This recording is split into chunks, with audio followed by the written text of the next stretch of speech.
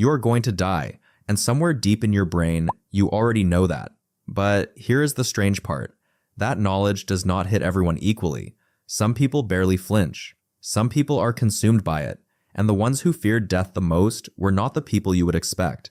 They were not the non-believers. They were not the deeply devout. They were the ones sitting right in the middle. The moderately religious, the Sunday churchgoers, the ones who believed just enough to feel watched, but not enough to feel saved. This is not a theory. This is one of the most consistent findings in the psychology of mortality. And once you understand why it happens, you will never look at your own beliefs the same way again. Death anxiety has been studied seriously since the 1970s. Before that, it was mostly the domain of philosophers and priests. But in 1973, cultural anthropologist Ernest Becker published a book called The Denial of Death, and it changed everything. Becker argued that human civilization itself was a response to mortality awareness, that every religion, every empire, every artwork, every ambition was ultimately a structure built to buffer the unbearable fact of personal extinction. He called it terror management. The idea was simple. You know you're going to die. That knowledge produces an existential panic at a level too deep for ordinary thought. So your mind builds armor, meaning, purpose, belonging, belief, anything to soften the blow. Terry Rosenblatt and Jeff Greenberg took Becker's ideas and turned them into laboratory science. They developed terror management theory in the 1980s, and their experiments were startling. When you remind people of their own death, their behavior changes. They become more defensive of their worldview, more hostile to people who are different, more loyal to their own tribe. Death awareness does not just make you sad. It makes you cling. It makes you rigid. It makes you tribal. Because your worldview is your armor, and when death is near, you hold that armor tighter. Now, here is where religion enters the picture. For hundreds of thousands of years, religion was the primary armor, the primary death buffer. Belief in an afterlife, in divine protection, in a soul that survives the body. These were not just comforting stories. They were functional technologies. They allowed humans to live with full mortality awareness without being paralyzed by it. A hunter walking into a dangerous forest could carry the terror of death and still walk forward because he believed something was watching over him, because he believed death was not the end. And the research confirms this. Deeply religious people, the ones with high certainty and genuine devotion, consistently show lower levels of death anxiety, not because they are naive, not because they have not thought about it, but because their belief system is coherent, complete, and deeply integrated into their identity. Death has a place in their worldview. It fits. It means something. And so it does not destabilize them. Non-religious people, true secular atheists with a stable non-belief, also tend to show relatively lower death anxiety. This surprised researchers when it first appeared, but it makes sense on reflection. A committed atheist does not fear death the way a person in the middle does. They have made their peace with the void. Their worldview does not promise survival. It never did. And so there is no promise left to doubt. What you never expected to receive, you do not grieve when it does not arrive. But then there is the middle. The person who was raised in a tradition and half believes it, who prays when things go wrong but does not think about it much when things go right, who finds comfort in the idea of heaven but does not genuinely know whether they believe it, who says they are spiritual but not religious, or religious but not practicing, or Christian but not sure. This person is carrying an unresolved contradiction. They have an afterlife belief that promises survival, but they have not tested that belief against hard experience or genuine scrutiny. It sits in the mind half-formed, a promise that was never fully signed. Psychologist Jonathan Jong and his colleagues conducted a large-scale meta-analysis of studies on religion and death anxiety published in 2012. After analyzing dozens of studies across thousands of participants, they confirmed what earlier data had suggested. The relationship between religion and death anxiety is not linear.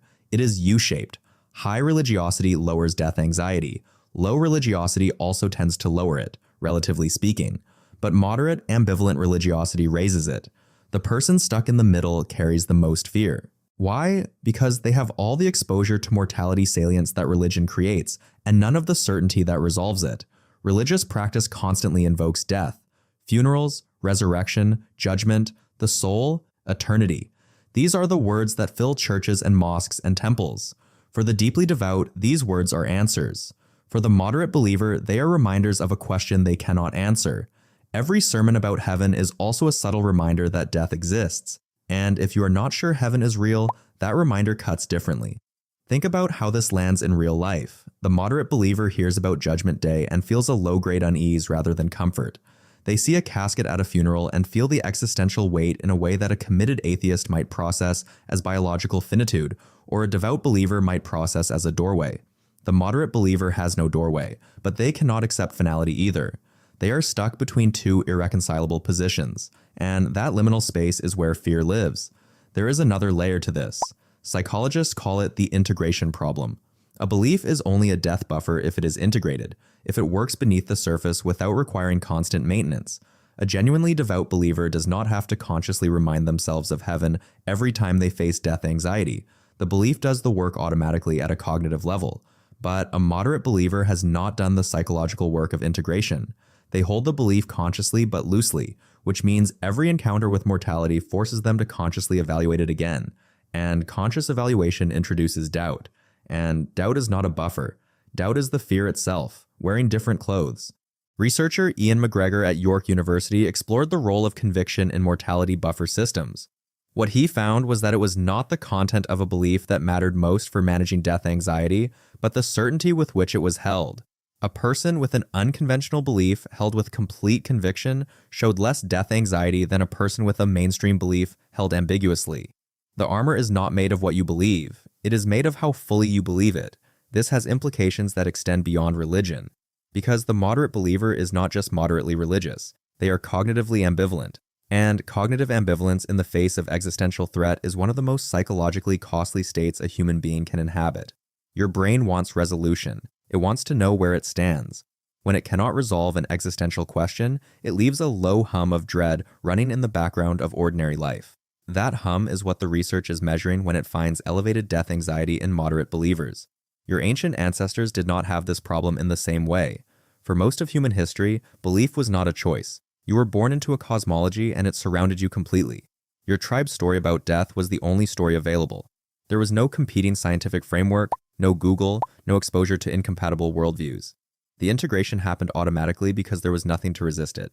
The village elder died and the shaman explained where they had gone, and everyone accepted it because there was no alternative explanation on offer.